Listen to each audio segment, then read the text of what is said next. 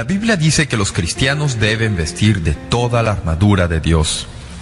Estamos tratando de entender lo que esto significa, no solo leerlo, sino entenderlo, saber cómo aplicarlo y hacer que funcione en nuestras vidas. Leamos a partir del versículo 10 del capítulo 6 de Efesios.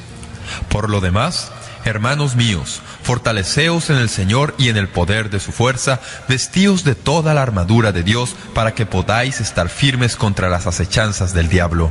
Porque no tenemos lucha contra sangre y carne, sino contra principados, contra potestades, contra los gobernadores de las tinieblas de este siglo, contra huestes espirituales de maldad en las regiones celestiales. Por tanto, tomad la armadura de Dios para que podáis resistir en el día malo, y habiendo acabado todo, estad firmes. Estad, pues, firmes, ceñidos vuestros lomos con la verdad, y vestidos con la coraza de justicia, y calzados los pies con el apresto del Evangelio de la paz. El capítulo 9 del libro de Apocalipsis es sin duda alguna uno de los pasajes más impresionantes de la palabra de Dios. Es una porción bíblica que literalmente explica lo que sucederá cuando Dios le quite la tapa al infierno y lo deje que haga de la suya sobre la tierra. Si uno comprende lo que dice, es más aterrador leer ese capítulo que ver cualquiera de las películas de horror que se presentan por todas partes en estos tiempos cuando se travesea abiertamente con el ocultismo. La verdad de la palabra de Dios es aterradora porque nos ayuda a comprender que vivimos en días cuando el mal está bajo la lona, cuando el pecado está restringido. Leemos los periódicos del día y nos asombramos por lo que consideramos como cosas horribles que suceden en nuestro mundo. Sin embargo, por aterradoras que parezcan ser estas cosas, son simplemente el pecado bajo control. Pero viene un día, según el libro de Apocalipsis, cuando Dios le quitará la tapa al infierno y dejará que haga de las suyas en la tierra. Entonces comprenderemos lo que es en realidad el pecado sin freno alguno que lo contenga. Es importante que notemos que cuando eso suceda, nosotros, los creyentes en Jesucristo, ya no estaremos aquí. No estaremos aquí por cuanto ninguno de nosotros podrá resistir la presión del mal desenfrenado. Es muy obvio que muchos de nosotros tenemos dificultad con el mal bajo restricción. Por consiguiente, debe interesarnos la palabra de Dios cuando nos dice que hay una manera en que podemos estar equipados para librar la batalla contra el enemigo. Hay varias preguntas que tenemos que hacer cuando estudiamos la armadura del creyente. Hicimos la primera pregunta en el mensaje anterior. La pregunta fue: ¿en realidad quiero pelear? Después de todo, ¿en realidad me importa esta batalla? Se nos dice que la primera pieza del equipo que debemos ponernos es el cinturón de la verdad. Aprendimos que el cinto de la verdad representa no solo la verdad de la palabra de Dios, sino que también representa la sinceridad de propósito dentro de nuestro propio corazón y vida. ¿Somos genuinos en nuestro deseo de ser soldados del Señor Jesucristo? Debo añadir de seguido que para muchos creyentes que usted y yo conocemos, la pregunta no se puede responder en forma afirmativa. Hay muchos creyentes hoy que se alegran de ir al templo, que se contentan con sentarse en una banca, que se sienten muy bien al asistir y ser parte de una asamblea local. Pero si se les pregunta si quieren participar en la guerra espiritual, le dirán: no, gracias. Simplemente quiero seguir haciendo lo que he estado haciendo. Hubo un tiempo en mi vida cuando pensaba así, aunque usted no lo crea, y ocurrió mientras estaba en el seminario estudiando para el ministerio. Por cierto, jóvenes y señoritas, si asisten a algún seminario bíblico, el mejor lugar para descarriarse de la vida cristiana es el seminario.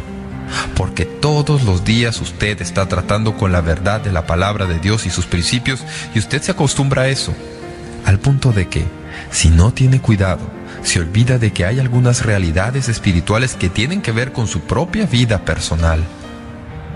Mi esposa y yo, en los primeros días de nuestro ministerio, allí asistimos a la primera iglesia bautista de Dallas y éramos buenos representantes de personas que no quieren intervenir en la batalla espiritual.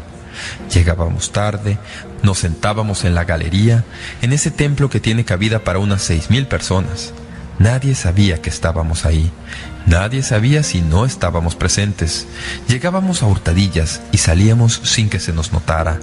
Nos sentíamos muy bien, El predicador era muy bueno, pero nosotros no participábamos en nada. Así son la mayoría de los creyentes de hoy. Alguien ha dicho que hay dos clases de creyentes en la iglesia: los pilares, que sostienen a la iglesia porque en realidad son pilares reales, y las orugas, que entran como arrastrándose y salen de la misma manera todas las semanas. No sé qué clase de creyente sea usted, pero sí sé que hay muchos que no quieren responder afirmativamente a esa pregunta, que simplemente no quieren salir a la batalla. Así que ni siquiera se ponen la primera pieza del equipo para la guerra. No tienen el cinto de la sinceridad o verdad envuelto en su persona. La pregunta que quiero hacerles hoy, número 2, es esta: ¿estoy viviendo la clase de vida que me permite participar en esta guerra? ¿Me he puesto la coraza de justicia? Hace varios años, cuando empezaba el ministerio y estaba tratando de aprender cómo ser mejor evangelista, llegó a mis manos una edición del libro de James Kennedy sobre evangelización explosiva. Nunca olvidaré la sorpresa que sentí cuando leí la introducción de ese libro, en donde describe la encuesta que hizo en todos los Estados Unidos, preguntando a creyentes: ¿por qué usted no testifica? El Dr. Kennedy dice, y concuerdo con él, que esperaba respuestas como las que siguen, en este orden: no testifico porque tengo miedo. 2. No me siento equipado y nunca me han enseñado cómo. 3. No conozco a nadie que no sea salvo con quien pudiera entablar amistad y conocerlo. Pero dijo que se sorprendió que ninguna de estas cosas constaban entre las primeras 5 razones. Es más, dijo que la primera razón, la abrumadora primera razón en toda la encuesta fue: no testifico debido a la vida que llevo. Las personas que respondieron al cuestionario anónimo fueron directamente a la raíz y médula de la razón por la que necesitamos aprender lo que quiere decir ponerse la coraza de justicia. Porque, como ven, la coraza de justicia es un cuadro de una pieza de la armadura que cubre el cuerpo del cuello a los muslos. Consistía de 2 partes que cubrían el frente y parcialmente la espalda. El guerrero sin su coraza quedaba peligrosamente expuesto al enemigo y podía ser matado fácilmente porque sus órganos vitales estaban desprotegidos. Una flecha podía perforar su corazón y apagar su vida en un instante. Se nos dice en este pasaje bíblico que como creyentes tenemos que ponernos la coraza de justicia. Eso no es obviamente un asunto físico que hacemos, sino espiritual, algo simbólico que tenemos que hacer. Quiero decirles que esto de ponerse simbólicamente la coraza de justicia incluye 3 o 4 cosas más. En primer lugar, simboliza la justicia de Cristo. La Biblia nos dice que cuando llegamos a ser creyentes, inmediatamente quedamos equipados con la justicia de Cristo. Pablo les escribió a los Corintios en 1 Corintios 1:30 lo siguiente: mas por él estáis vosotros en Cristo Jesús, el cual nos ha sido hecho por Dios sabiduría, justificación, santificación y redención. Lo que esto quiere decir, dicho sencillamente, es que cuando Jesucristo vino a esta tierra como el perfecto Hijo de Dios e Hijo del hombre, fue a la cruz y murió. Cuando colgaba en la cruz sucedieron 2 cosas principalmente. Fue la más grande transacción que jamás ha tenido lugar en la historia del mundo. En ese momento Jesucristo tomó sobre sí nuestro pecado, fue hecho pecado por nosotros. La Biblia dice que cuando nosotros ponemos en Él nuestra confianza en cuanto a la vida eterna, no solo Él perdona nuestro pecado, sino que nos da su justicia y nosotros llegamos a ser justos posicionalmente en Cristo Jesús. Esa fue la más grande ganga que el mundo jamás ha conocido: entregar su pecado y recibir la justicia de Cristo a cambio. Nunca he podido comprender por qué la gente rechaza esto. Es la más grande oportunidad que alguien jamás ha tenido: librarse de su pecado y recibir a cambio la justicia de Cristo imputada a su cuenta. Eso fue lo que sucedió, y por eso Pablo pudo escribir: y ser hallado en él, no teniendo mi propia justicia que es por la ley, sino la que es por la fe de Cristo, la justicia que es de Dios por la fe.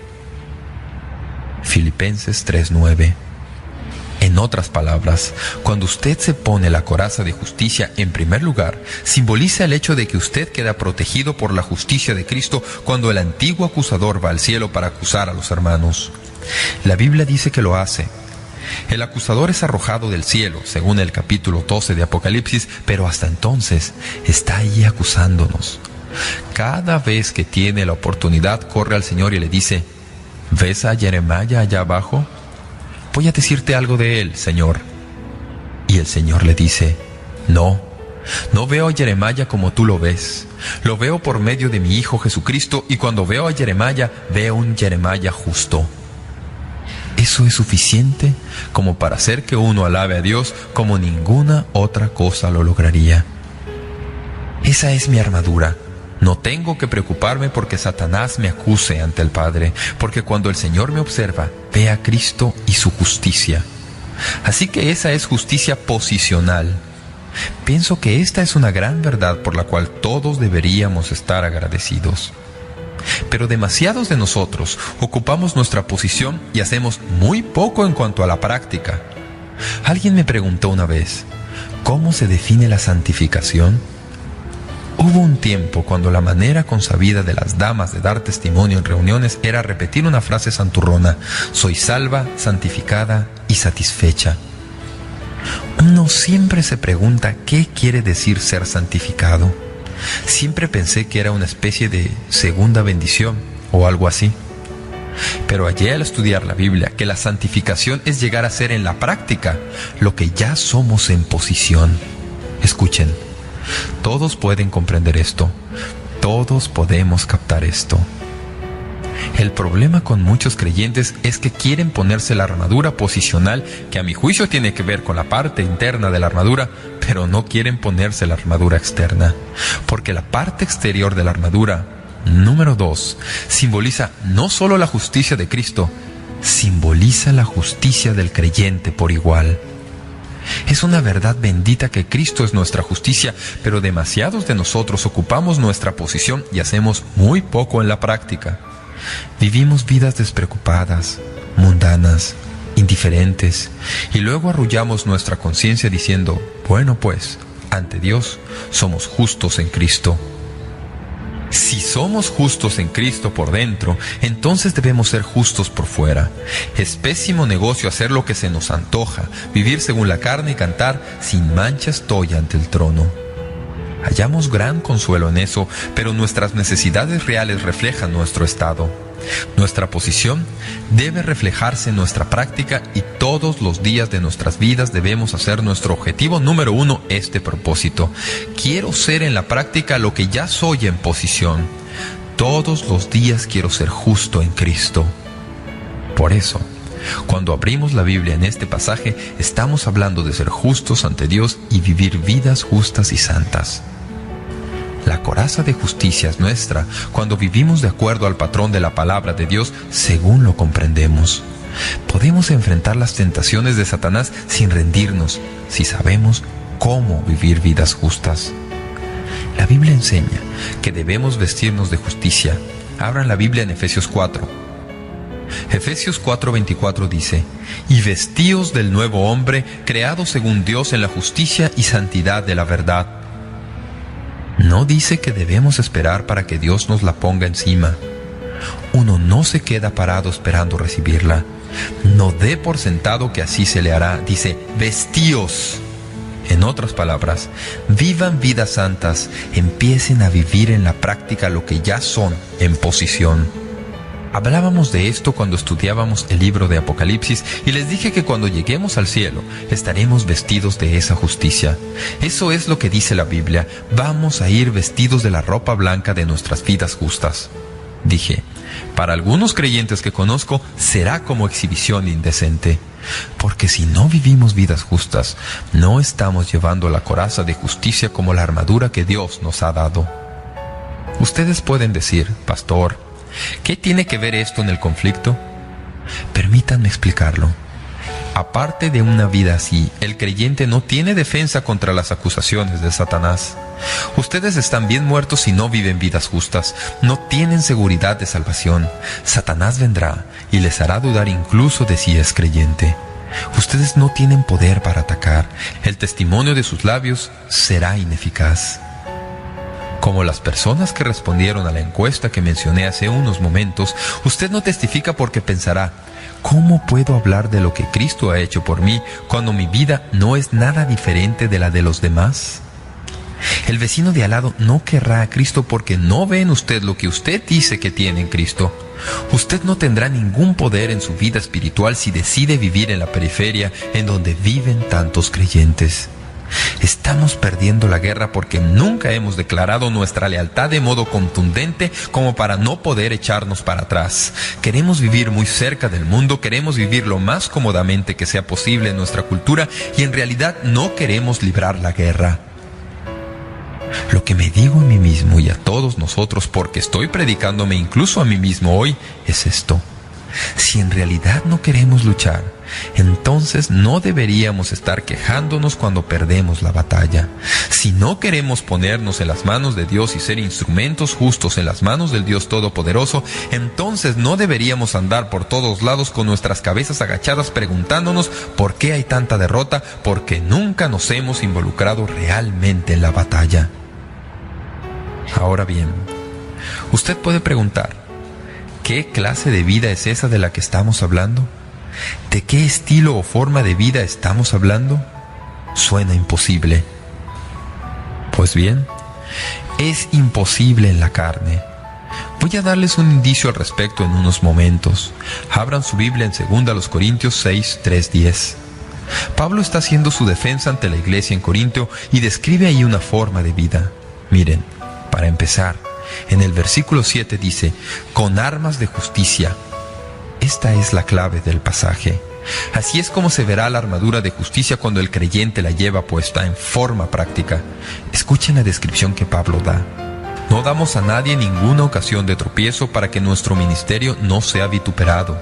Antes bien, nos recomendamos en todo como ministros de Dios, en mucha paciencia, en tribulaciones, en necesidades, en angustias, en azotes, en cárceles, en tumultos, en trabajos, en desvelos, en ayunos, en pureza, en ciencia, en longanimidad, en bondad, en el Espíritu Santo, en amor sincero, en palabra de verdad, en poder de Dios, con armas de justicia a diestra y a siniestra, por honra y por deshonra, por mala fama y por buena fama, como engañadores pero veraces, como desconocidos pero bien conocidos, como moribundos, mas he aquí vivimos, como castigados mas no muertos, como entristecidos mas siempre gozosos, como pobres mas enriqueciendo a muchos, como no teniendo nada mas poseyéndolo todo. Pablo está diciendo que el creyente que lleva puesta la coraza de justicia es así. Avanza por la vida sin importar lo que pase y es santo en toda situación. En tiempo de tensión es el mismo, en tiempos de alegría es él mismo, en alegría, en aflicción, en abundancia, en necesidad. Hay una cualidad en la vida de la persona que uno puede discernir porque lo ve en medio de las circunstancias y no se ajusta al molde del mundo, sino que se destaca por encima del mundo. Hay algo que atrae en esa persona y cuando habla se le escucha porque se sabe que tiene una cualidad diferente en su vida. Esa persona tiene poder en su vida, en su testimonio y en el conflicto. Esa es la diferencia. Si no vivimos en justicia, somos blanco fácil del enemigo. He andado por ese camino. Sé exactamente de lo que estoy hablando. No estoy hablándoles de algo que no he experimentado en carne propia. Usted anida un pecado en su vida, tiene en su vida algo que no ha resuelto y que necesita resolver y trata de hacer algo para Dios y no puede hacerlo. Usted debería tratar de predicar cuando algo anda mal en su vida, algo que usted no ha arreglado. Un día le dije a mi esposa: ¿sabes? Ser pastor es de lo más injusto. Me dijo: ¿qué quieres decir? Le dije: cada vez que tengo un ligero desacuerdo contigo o cuando tengo algún problema con alguna otra persona, tengo que ir a trabajar, abrir mi Biblia y empezar a estudiar la palabra de Dios. No pasan ni 4 o 5 minutos cuando el Señor empieza a hablarme al corazón y a decir: Jeremiah, tienes que resolver ese asunto. ¿Qué estás haciendo aquí leyendo la Biblia? Resuelve ese asunto. No tenemos grandes peleas en casa, de ninguna manera. Nuestras peleas no duran mucho tiempo. Cuando tenemos desacuerdos son breves y los resolvemos rápido. Como ven, No hay poder en la vida cristiana si uno no vive en justicia. No se puede testificar. No es posible ser victorioso sobre la tentación, porque cada vez que uno trata de librar la batalla con el enemigo, él le trae a la mente ese punto de su vida y lo pone en el centro, porque no ignora sus necesidades, así que apunta a sus puntos débiles y usted está simplemente desprotegido. ¿Ven lo que quiero decir? Es como marchar a la guerra sin armadura, porque eso es exactamente lo que sucede. Así que cuando ustedes se ponen la coraza de justicia, no solo está en la posición de Cristo, sino que está prácticamente como persona justa, porque está viviendo una vida justa. Alguien dijo: el que se compromete con decidida lealtad a la voluntad y la ley santa de Dios está seguro contra los empujones mortales del tentador. El que sabe que anda mal, por lo general es un cobarde. El que sabe que anda bien puede resistir a toda una multitud y entrar en el conflicto sin temor. No hay nada como saber que uno anda bien con Dios para tener poder en la batalla. Así que ustedes dicen: ¿cómo me pongo la coraza de justicia? Pues bien, a veces eso exige un rápido examen de uno mismo. Permítanme darles un tercer pensamiento. Noten que el pasaje de Efesios 4 dice: vestíos. En otras palabras, pónganse la coraza de justicia y sigan poniéndosela. No es algo que se hace de una sola vez por todas, es un asunto continuo. Continuamente tenemos que ponernos la coraza de justicia. La justicia no es un lujo de un solo día, sino una necesidad de los 7 días de la semana. No es algo que santurronamente exhibimos el primer día de la semana. Es algo que debemos poner en práctica todos los días si es que vamos a intervenir en la batalla espiritual. Así que esta coraza simboliza la justicia de Cristo, simboliza la justicia del creyente y simboliza justicia consistente. Finalmente, simboliza justicia controlada. Aquí es donde llegamos a la aplicación práctica de todo esto. Si no se le queda nada más de este mensaje, espero que se le quede este concepto, este pensamiento. Algunos me han preguntado: ¿cómo puedo ser justo? Vaya que lo trato. Empiezo a hacerlo y luego lo echo todo a perder y ya no soy justo. Pienso que esta es una experiencia que muchos hemos tenido, y si quieren conocer a alguien mucho más grande que cualquiera de nosotros y que tuvo esa experiencia, lean Romanos 7. Ahí hallarán que el gran apóstol Pablo tuvo la misma experiencia. Dijo: lo que quiero hacer, no puedo hacerlo, y lo que no quiero hacer, eso es lo que acabo haciendo. Mi vida es todo un conflicto por cuanto he tratado de vivir en justicia por mis propios esfuerzos y no he podido lograrlo. Alguien que sigue las ideas del movimiento de la vida más profunda dice: pues bien, lo que necesitas simplemente es dejar de esforzarte y dejar que el Señor lo haga. Eso no suena tan pasivo. ¿Cómo lo hago? ¿Me quedo sentado en casa reflexionando pensamientos santos? ¿Cómo puedo llegar a ser justo simplemente dejando que Dios lo haga? Nunca he podido figurármelo. Otros le dicen que tiene que ser lleno del Espíritu Santo, y eso es absolutamente verdad. Usted exhala su pecado e inhala el Espíritu de Dios. Pero permítanme darles un indicio que considero válido en este cuadro de la armadura. El significado y la esencia de la armadura no es solo lo que es, sino lo que protege. No solo lo que es la armadura en sí, sino en dónde se le usa. La coraza de justicia cubre los órganos vitales. Básicamente, el soldado la lleva para proteger su corazón. Tiene el propósito de guardar su corazón contra las flechas del enemigo que podrían apagar su vida en un instante. Por la misma razón, nuestros policías y otros llevan chalecos a prueba de balas porque les protege sus órganos vitales contra los proyectiles. Llevan el chaleco en un sitio muy específico para cubrir el corazón, porque ahí es donde pueden sufrir daño. Ahora, tomemos esto como indicio de cómo podemos llegar a ser justos. El significado es este: así como el cinto se le lleva sobre los lomos para fortalecernos para el servicio, así la coraza se le lleva sobre el pecho para protegernos el corazón.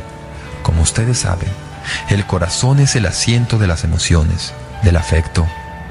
A veces discutimos sobre esto. Hemos dicho, cuando la Biblia habla del corazón, en realidad no está refiriéndose al órgano que bombea la sangre. ¿Recuerdan cuando empezaron a hacerse trasplantes de corazón? Algunas personas en realidad me preguntaron: Pastor, ¿qué sucedería si una persona que no es creyente recibe trasplantado el corazón de un creyente? ¿Quiere decir que eso le hace creyente? No, no funciona de esa manera. Esa persona no creyente va a recibir un órgano que bombea la sangre y seguirá siendo tan pagano como antes, porque eso no incluye realmente el corazón en este sentido. Cuando se habla del corazón aquí, se trata del asiento de las emociones, ese yo interno en donde realmente deseamos. Permítanme tratar de explicarlo. Cuando usted se encoleriza, su corazón bombea tanta sangre y con tanta fuerza que su cara se enrojece. ¿Lo sabían? Cuando usted siente la emoción del miedo, su corazón se olvida de enviar la sangre a la cara y usted se pone pálido. Así que no me diga que el corazón no interviene en las emociones. Por supuesto que interviene. Vamos, amigo mío, cuando usted se casó, ¿no empezó a llamar corazón a su esposa? Pues claro que la llamaba así, porque ella era algo muy especial para usted. Sentía gran deseo por ella. Ahora, observen con toda atención. ¿Cómo nos ponemos la coraza de justicia para llegar a ser justos? En lugar de andar por todos lados tratando de ser mejores todo el tiempo, necesitamos amar a Jesús intensamente de nuevo. En lugar de tratar de hacer mejor las cosas, tenemos que aprender cómo amar más a Dios. Tenemos que enamorarnos de Él de nuevo, porque esa es la relación que dictará la conducta. Cuando usted aprenda cómo amar al Señor mediante su palabra, mediante la oración, mediante la comunión, la adoración, la interacción y responsabilidad, cuando usted practique el arte de la santidad y dedique tiempo para ser santo y ame a Dios de todo corazón, eso cambiará su vida. Usted no andará por todas partes tratando de figurarse cómo dejar esto o empezar aquello o quitar esto de su vida o empezar en su vida eso de más allá, sino que amará al Señor de tal manera que descubrirá que desde dentro y hacia afuera las cosas empiezan a cambiar. Las viejas cosas del mundo empiezan a desprenderse como ostras secas de una embarcación y usted empezará a ser hecho nuevo de dentro para afuera. Así que cuando usted se pone la coraza de justicia, está tratando con su corazón. ¿En dónde está su corazón hoy? Esa es la cuestión. Muchos creyentes modernos están perdiendo la batalla ahí. Nos hemos dejado atrapar tanto en lo que el mundo tiene para ofrecer que nuestro corazón está fuera en algún otro lugar. Y donde está nuestro corazón, ahí también está nuestro tesoro. Donde está nuestro corazón, ahí está nuestra forma de vida. Donde está nuestro corazón, ahí están nuestras prioridades. Algunos jóvenes y señoritas vienen a verme para preguntarme: Pastor, ¿piensa usted que está bien hacer esto o aquello? La misma pregunta los delata. Por lo general se trata de algo que alguien les dijo que deberían hacer o no deberían hacer y piensan que es un área gris. Por lo general está en el área negra, pero alguien les ha dicho que es gris. Están tratando de saber si pueden hacerlo y salir bien en la batalla. Por lo general, esperan o quieren que yo les diga que está bien. Adelante, hazlo, no te hará daño. Pero por lo general, yo no les doy respuesta. Lo que hago es hacerles otra pregunta. ¿Por qué me lo preguntas? ¿Por qué no hablas con el Señor al respecto? ¿Por qué no le preguntas al Señor si está bien que hagas eso? Pues ya se lo pregunté y no me gustó lo que me dijo. Cuando hacemos esa pregunta, estamos diciendo en esencia: ¿cuánto puedo acercarme a las cosas del mundo sin realmente perder nada de mi comunión con Dios? Así estamos delatando nuestro afecto. Si uno realmente ama a otra persona, no trata de vivir lo más lejos posible de esa persona, sino que se hace todo lo posible por vivir lo más cerca de ella como sea posible. Esa es la naturaleza del amor. Cuando usted ama a Dios, amigo y amiga, usted querrá vivir su vida como Dios quiere que viva y no estará tratando de ver cuán lejos puede vivir de Él. Estará tratando de aprender cómo andar lo más cerca posible de Él. La pregunta lo delata, ¿verdad? Algunos dicen: bien, pastor, pero lo que usted está diciendo es que uno tiene que dejar demasiado para poder ser justo. No, no es cierto. Dios nunca le pide que deje nada que Él no se lo devuelva multiplicado vez tras vez. Simplemente lea la Biblia. ¿Se acuerdan del muchachito que le entregó su almuerzo? Tuvo la alegría de ver que 5,000 personas comieran almuerzo de él y luego ver 12 veces más de lo que tenía al principio. También hubo un hombre que tenía una tumba y Dios le pidió que se la diera. La recibió de vuelta 3 días más tarde, toda ella perfumada con el aroma y testimonio de que Jesús había estado ahí por 3 días y había resucitado de la muerte. Siempre que el Señor le dice que le dé algo, siempre se lo devuelve y nunca le permitirá que sea su acreedor. A menudo pienso en los hombres que un día el Señor les pidió que le dieran su burro. ¿Lo recuerdan? No sé si en realidad lo dieron de buena gana o no, pero se lo dieron.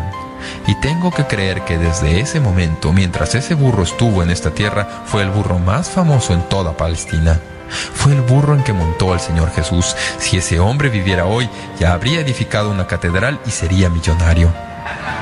Así que usted nunca deja nada que el Señor no se lo devuelva. Usted nunca podrá dar más de lo que Dios le da. Y cuando usted le entrega su vida, lo que hace es darle un instrumento que Él quiere usar para darle a usted la victoria en la batalla. Amigos y amigas, no hay poder como el poder de una vida santa. Esa es la mejor armadura que ustedes pueden llevar a la batalla.